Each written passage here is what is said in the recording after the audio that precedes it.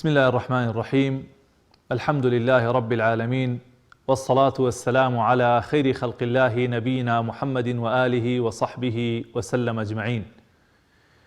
بینەرانی بەڕێز و خۆشەویست، خوشکان و برانی ئیماندار، سەلام و ڕەحمەت و بەزەیی و میهرەبانی خوای پەروەردگار بڕژێ بەسەر هەموو لایەکتانە. خۆشحاڵم بۆ جارێکی تر بە خزمەت ئێوەی بەڕێز و خۆشەویست دەگەمەوە بۆ پێشکەشکردنی بەرنامەی پارچەی و پەیام بە شێوەیەکی ڕاستەوخۆ.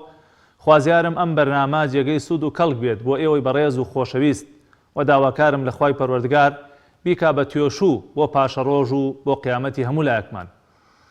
خۆشەویستانم، پاش کەمێکی تر ئێوەی بەڕێز و خۆشەویست دەتوانن پەیوەندی بە بەرنامەکە بکەن و پرسیارە شەرعیەکانتان ئاڕاستە بکەن پشتیوان بەخوای پەروەردگار.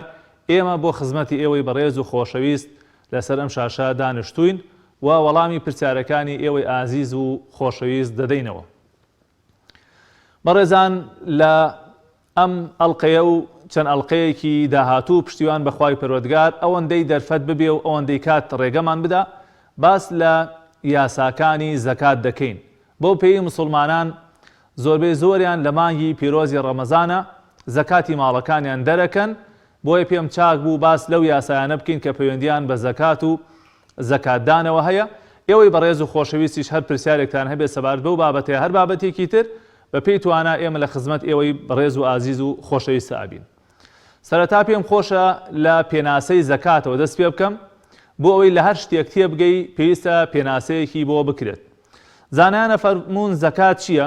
حصة مقدرة من مال مخصوص في وقت مخصوص يصرف في جهات مخصوصة. ئەندازەیەکی دیاریکراوە لە ماڵە، واتە بڕێکی دیاریکراوە لەو ماڵ و سەرۆت و سامانەی کە هەتە لە ماڵێکی دیاریکراوە، یعنی هەموو شتێ زەکاتی تێدا نییە.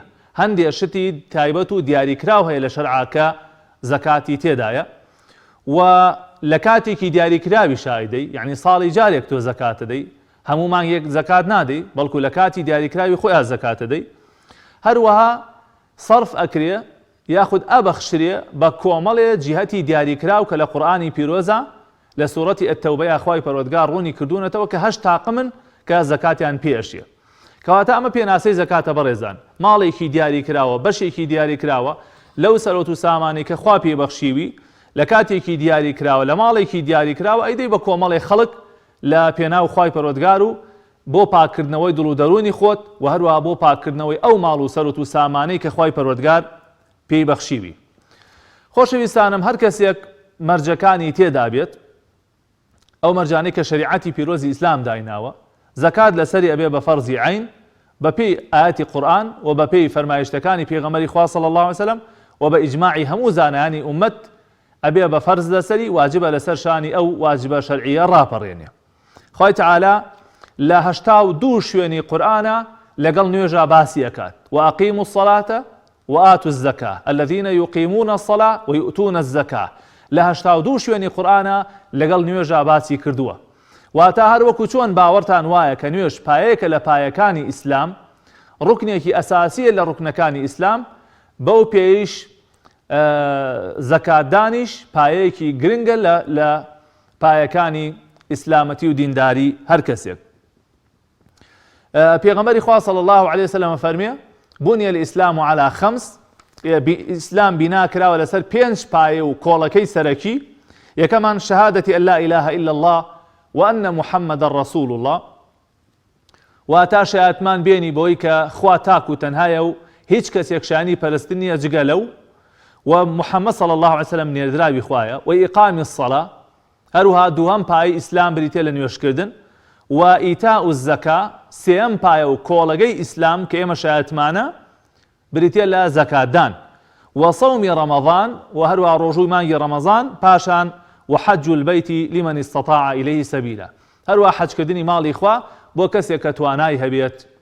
کەوابوو بەڕێزان، یعنی زەکاتدان هەر واجبێکی ئاسایی نییە، بەڵکو کۆڵەکەیەکە و پایەیەکی گەورەیە، سێەم پایە و کۆڵەگەی ئەو ئیسلامەیە کە بینای لەسەر کراوە. هەر کەسێ مسلمان ببوایە بات بەیانێ و بازنەی ئیسلامەوە، پێغەمبەری خوا صلی الله علیه وسلم بەیعەتی لێوەرەگرت بۆی کە دوای شایەتمان بەیعەتی لێوەرەگرت کە نوێژ بکە، و هەروەها بەیعەتی لێوەرەگرت کە ئەگەر زەکات و حەقی خوای پەروەردگار واجب بوو لە ماڵ و سەرۆت و سامانەکەی ئەوە لە پێناو خوای پەروەردگارە بیبەخشیە.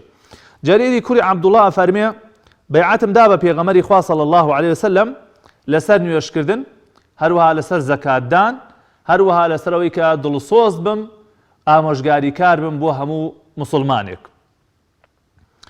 ئەمجا بەڕێزان پێغەمبەری خوا صلی الله علیه وسلم کاتێک کە معاذ ڕەوانە ئەکا بۆ یەمەن ئەفەرمێت تۆ ئەچی بۆ لای خەڵکانێک کە ئەهلی کیتابن. یەکەم شتێک کە بانیانەکەی بابریتی بێ لە شایەتمان.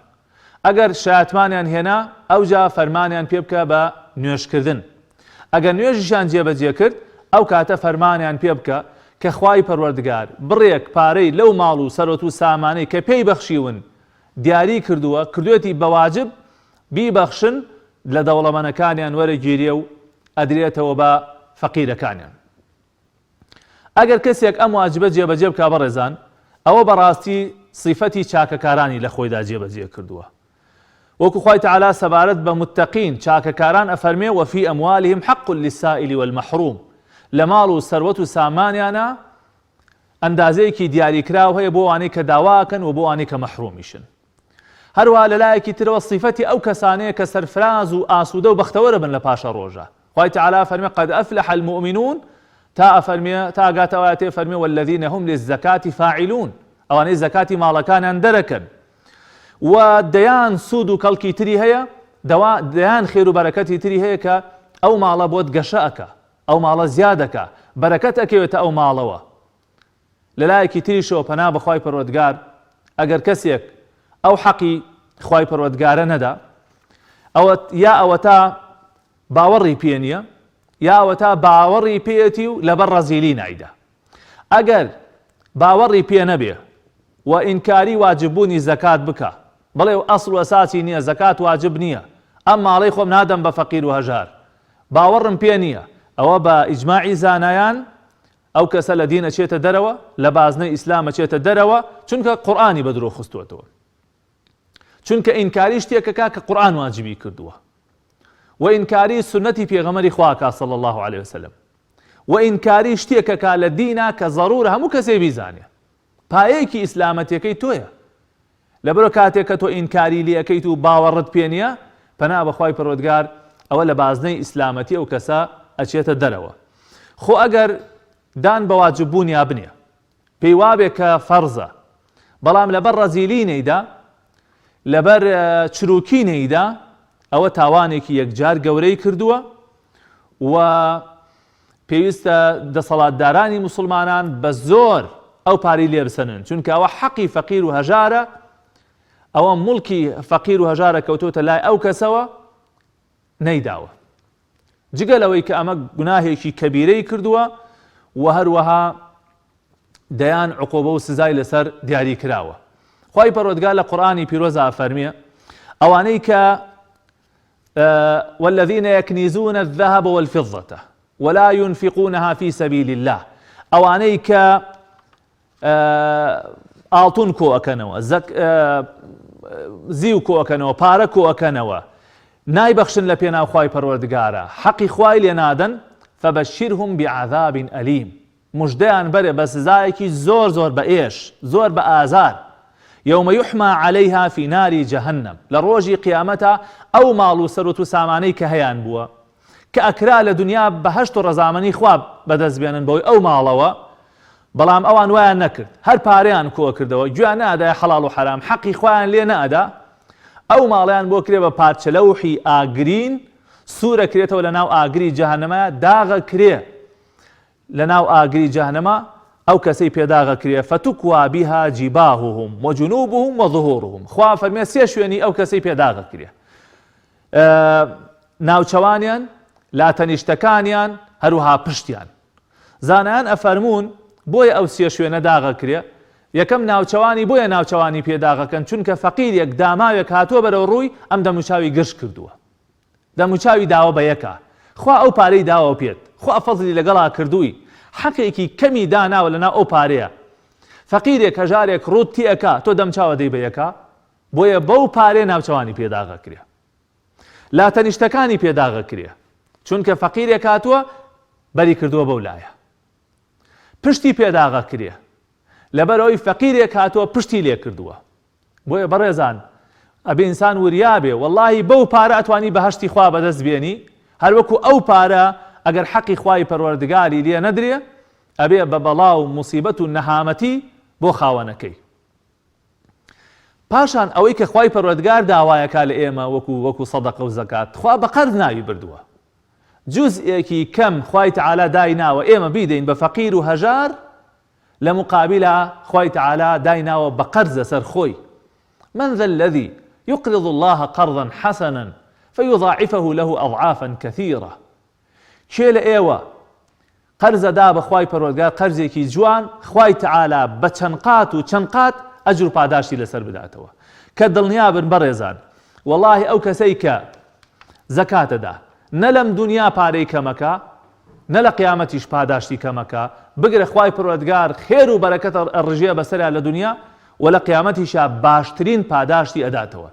خوای تەعالا فەرمێ وما أنفقتم من شيء فهو يخلفه وهو خير الرازقين. ئەوەی کە ئێوە ئەی بەخشن لە پێناو خوای پەروەردگارە خوای خاتەوە شوێنەکەی.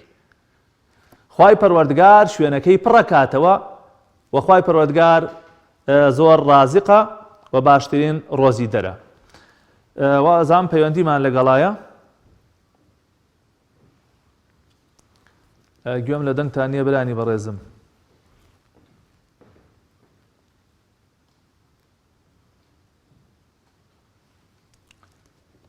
کێمان لەگەڵا بوو؟ ئەگەر بکرێ برانی بەڕێز ناوبڕێک وەرگرین بۆی دەنگی ئەو پەیوەندیانە چاک بکەینەوە دواتر بگەڕێنەوە خزمەت بینەرانی خۆشەویستمان.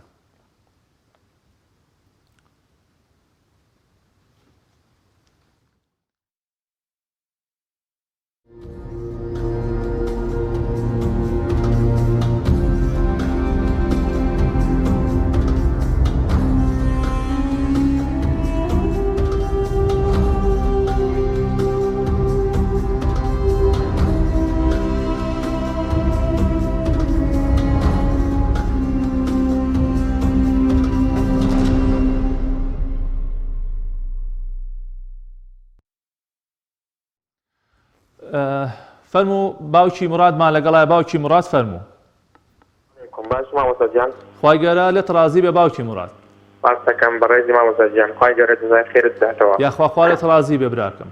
باستەکەم بەڕێزی مامۆستاجان وڵای بێزەحمەت سێ پرسیارم هەبوو. بەڵێ یەکەم یەکەمیان لە وتارێکی مامۆستا ڕەمەزان ڕەحمەتی خوای لێ بێتن ڕەمەزان شکووری فەرمووی زەکات بە برنج بدرێ باشترە، بەڵام ئەو وتارێکە گوێم ڕاگرت کۆم بوو ئەو کاتی دەیگوت 2 کیلۆنی برنج دەی بدەیت. ئەمن حەزم کرد ئەگەر بە برنج بدەین نەفەری چەند کیلۆ برنج دەی بداتن. ئەوە پرسیاری یەکەممە. بەڵێ. پرسیاری دووەم ئایا منداڵ هێشتا لەدایک نەبووبی سەرفترەی دەدرێ یان نادرێتن؟ ئەوە پرسیاری دووەممە. بۆ بۆرە پرسیاری دووەمێت منداڵێک مەسەڵ دێشتانەکە بابڵێن ئافرەت دووجیانە ئەو منداڵێکە لە ناو سکێتی ئایا سەرفترەی دەدرێ یان نادرێتن؟ چکە لە هەندە شوێنان گوێم لێ بۆ درێن دەبی ئیویش بدەی. ئەم لۆ تاکیدکردنی حەزم کرد بپرسم لە جەنابەت. بەسەر چاوم. پرسیاری سێمێت؟ پرسیاری سێمیش مامۆستاجان برادرێک قەردارە تقریبا 56 وەرەقە قەردارە، بەڵام ئەوە کرێتیشە، بەڵام لەخوای بزاری بژێوی ژیانی باشە ڕۆژانە کرێتیشە و بژێوی ژیانی باشە، ینی بای کرێ و با بڵێم بای بژێوی ژیانی ڕۆژانەی دەرەچیتن. ئایا زەکاتی پێدەشێ یان ناشێتن؟ بەسەر چاوم ئینشاڵڵا وەڵام تەدەمە براکەم. زۆر زۆر سوپاس مامۆستاجان خوای گەورە جەزای خێرت بداتەوە. خوا لێت ڕازی بێ یا ڕەبی. سەلامەت تاوەکە مامۆستاجان. کاک شوانمان لەگەڵا لە چەمچەماڵەوە. فەرموو کاکە شوان گیان. کاکە شوان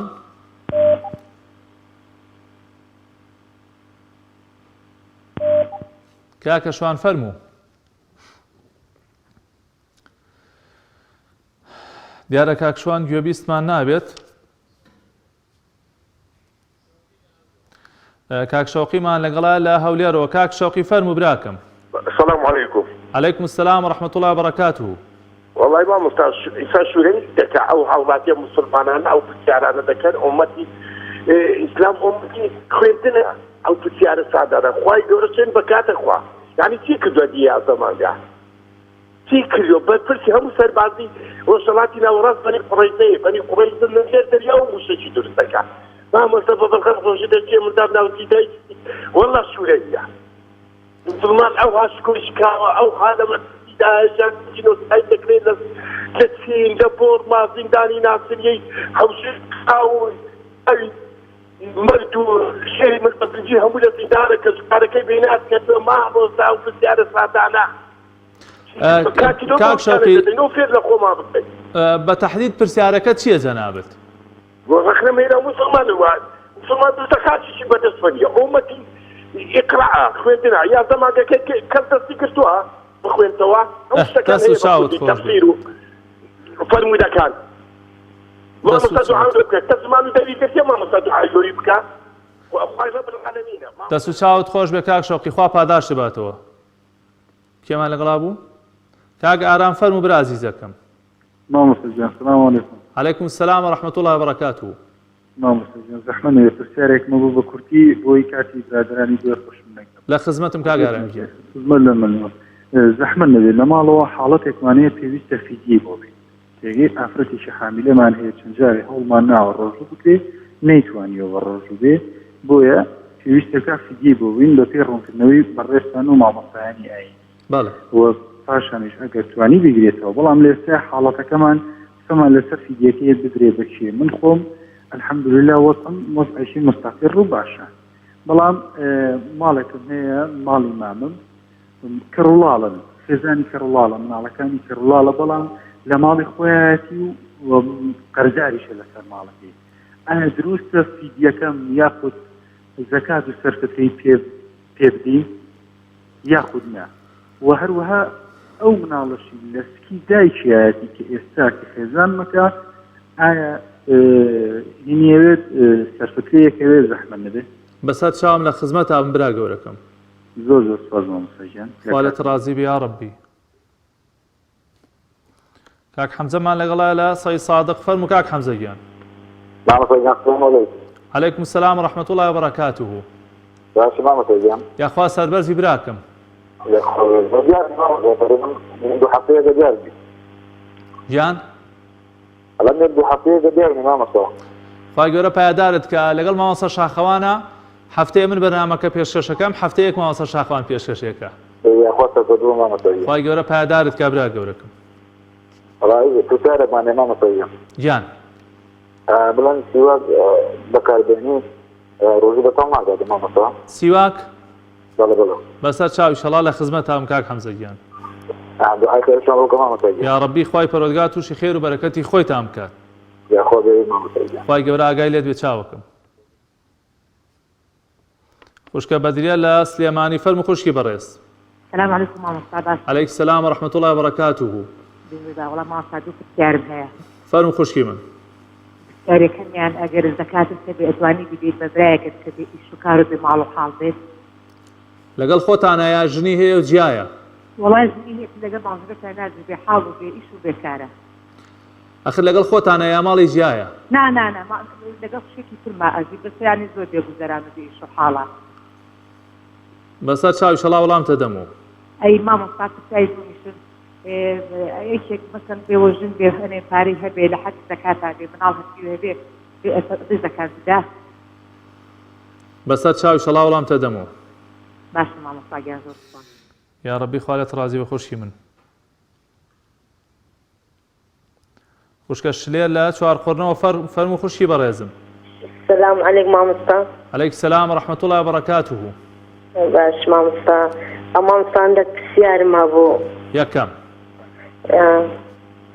مامۆستا من یعنی خوێنداریم بە قووەت نییە بەس بە قەڵەم قورئانی دەخوێنم هەندێک دەرێن خێر نیە و هەندێکیش دەرێن بە بەسەر چاوم پرسیاری ترت هەیە بەرێ ئەوە تقریبا 30 مسقالە زێڕم هەیە لە بەرمە دەرێن سکاتی لێ دەکەیتن بەسەر چاو ئیشەڵا ئەو شت وەڵامە دەموو باش دەست خۆش مەمنون بە ڕێزی مامۆستا خوای گەورە ئاگای لێت بێ خوشکی بەڕێزم خۆش بێت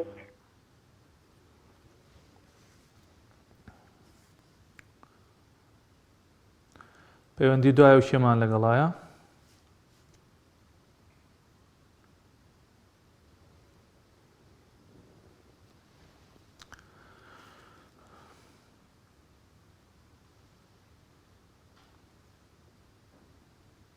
کەی ترمان لەگەڵا بوو برانی بەڕێز کاکاروان فەرموو لە دەربەنی خانەوە برا گەورەکەم فەرموو. السلام عليكم ورحمة الله. عليكم السلام ورحمة الله وبركاته. والله كاريك نعم بو حزير نبي لا خدمتم برا گەورەکەم. ولا خێزانم ئاسوونی هەیە پێنج مستاڵە بەڵام فرۆشتومانەیتر بۆ پێویستی خۆمان بۆ خانەوەمانە ئایا زەکاتی لێ یەکەوێ و ئەگەر لێ یەکەوێ نەمان بێ بەدەستەوە زەکاتەکە بدەین ئەو کاتر حەلی چی؟ پێنج مسقال ئاڵتوونی هەبووە و فرۆشتوویەتی؟ پێنج مسقال. بەڵێ بەڵێ بەسەر چا وەڵامتە دەمەوە. باشە خۆی گەورە ئاگای لێت بیاخۆ. كاك فرهاد لا زرعان فرمو كاك فرهاد. السلام عليكم ورحمة الله. عليكم السلام ورحمة الله وبركاته. وابي ويك ورحمة الله تحمل لي كل شيء مو. بالله يباركم. ما وصل من سكدار معناكم هي تقريبا بنجاوة رقم دانا ولا ما الله بو لا بريكش ما تقريبا لا يقومني دامنا إيش أكاد نقدر صالك مدقي. إن شاء الله ما يقدمنا. بله.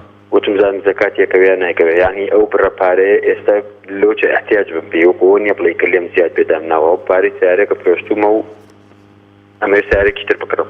بله. وتمزان زكاتي كبيرة. بس أرشاو إن شاء الله ولا متدمو. والسلامة وموفق. ولا ترازي.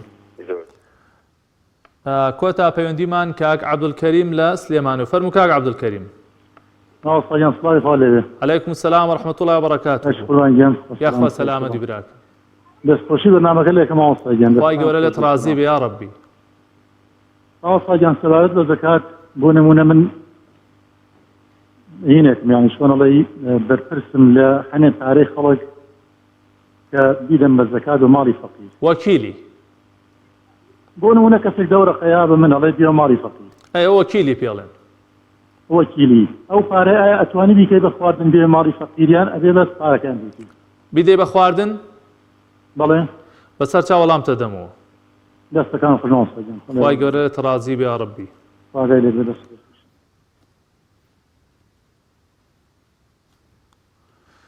خۆشەویستانم زۆر سپاس و دەستخۆشیمان هەیە بۆ ئەو بەڕێزانەی پەیوەندیان کرد و داوای لێبوردن لە ئەو خوشکبرا بەڕێزانەیش دەکەین کە نەیانتوانی پەیوەندی بە بەرنامەکە بکەن و مێدەواری ئینشاڵڵا لە ئەڵقەکانی ترا بتوانین لە خزمەتیان نابین. دێمە خزمەت وەڵامی پەیوەندیەکانی ئێوەی زۆر بەڕێز و خۆشەویست. پەیوەندی یەکەممان باوکی مراد بوو پرسیار ئەوەی کرد کە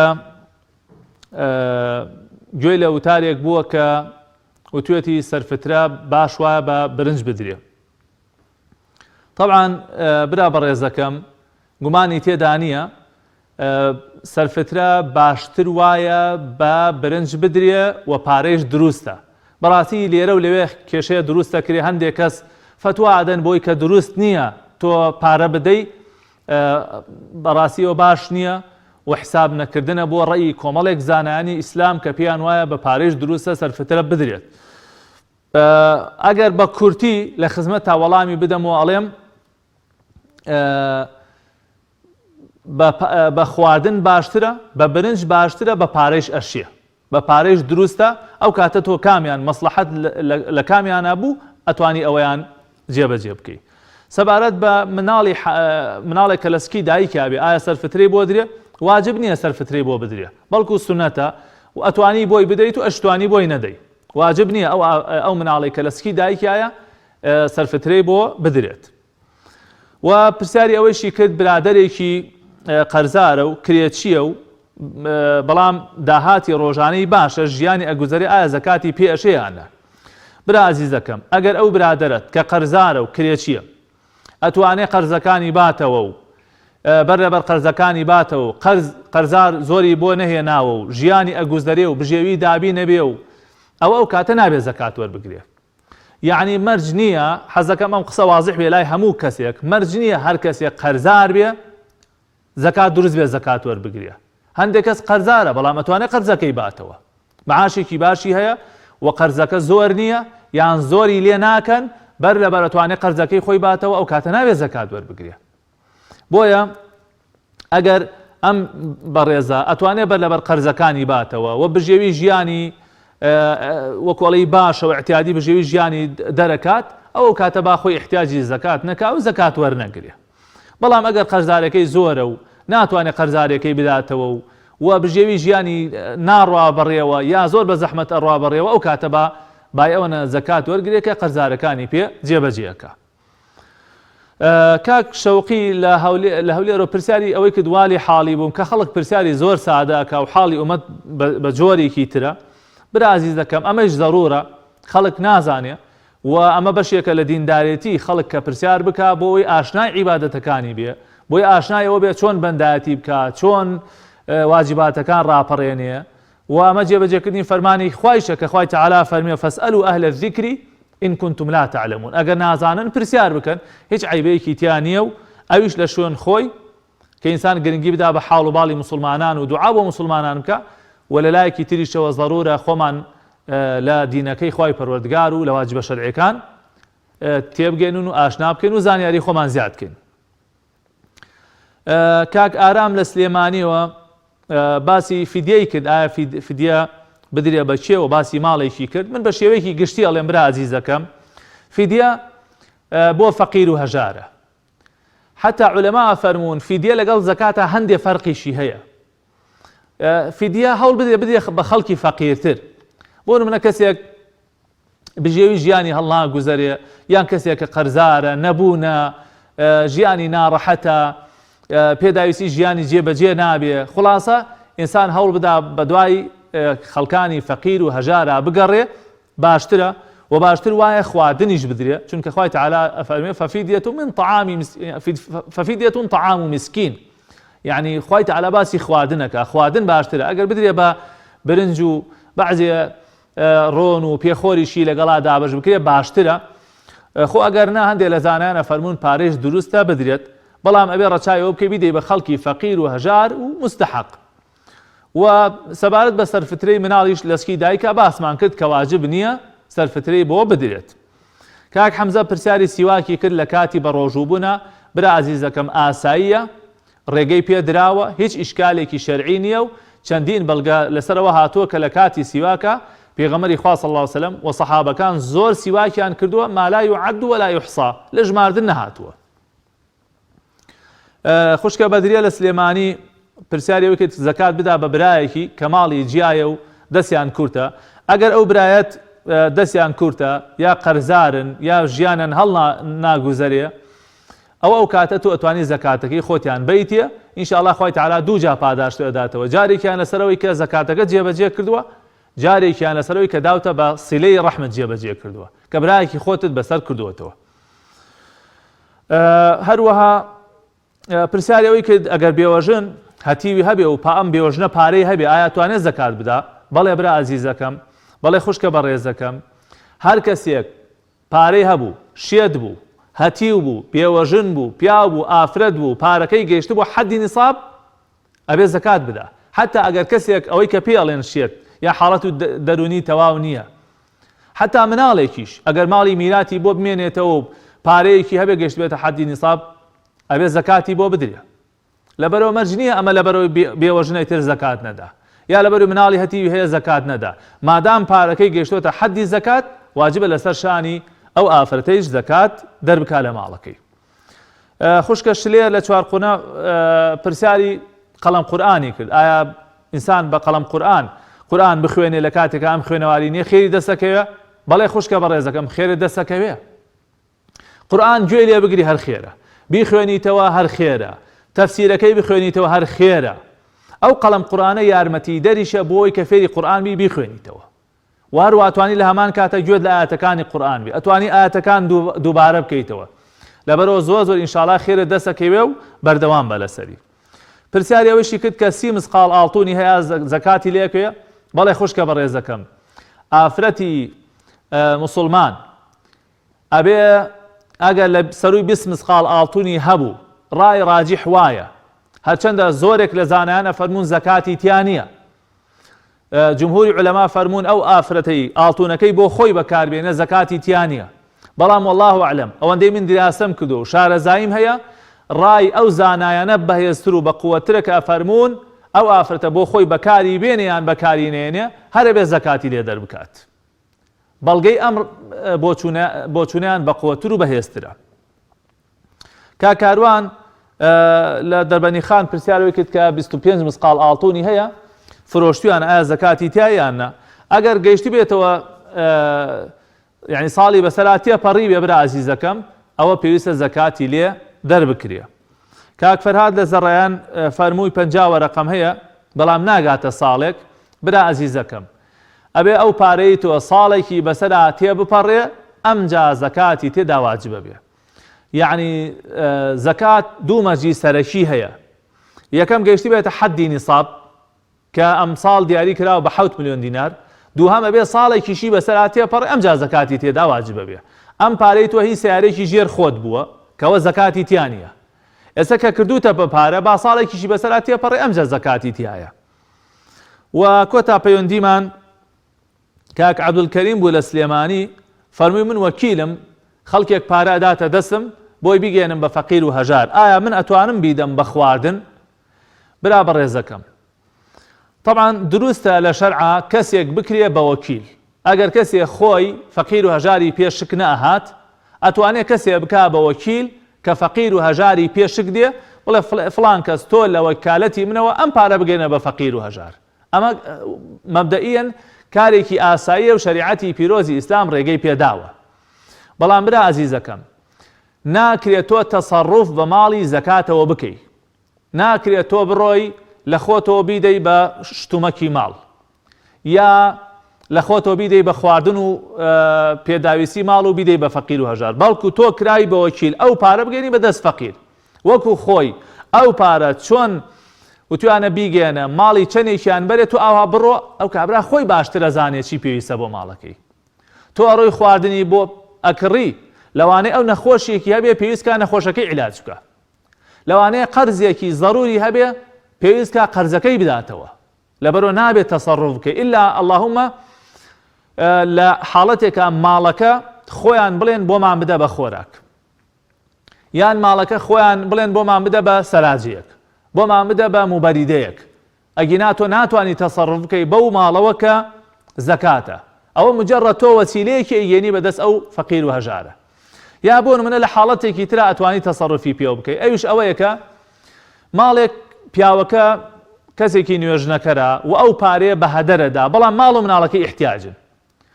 تۆ ئەو کاتە پرسیار لە خێزانەکەیەکەی چیتان پێویستە بۆ ئەو ماڵە بۆی ئەو پیاوە ئەم پارە لە ناو نەبە.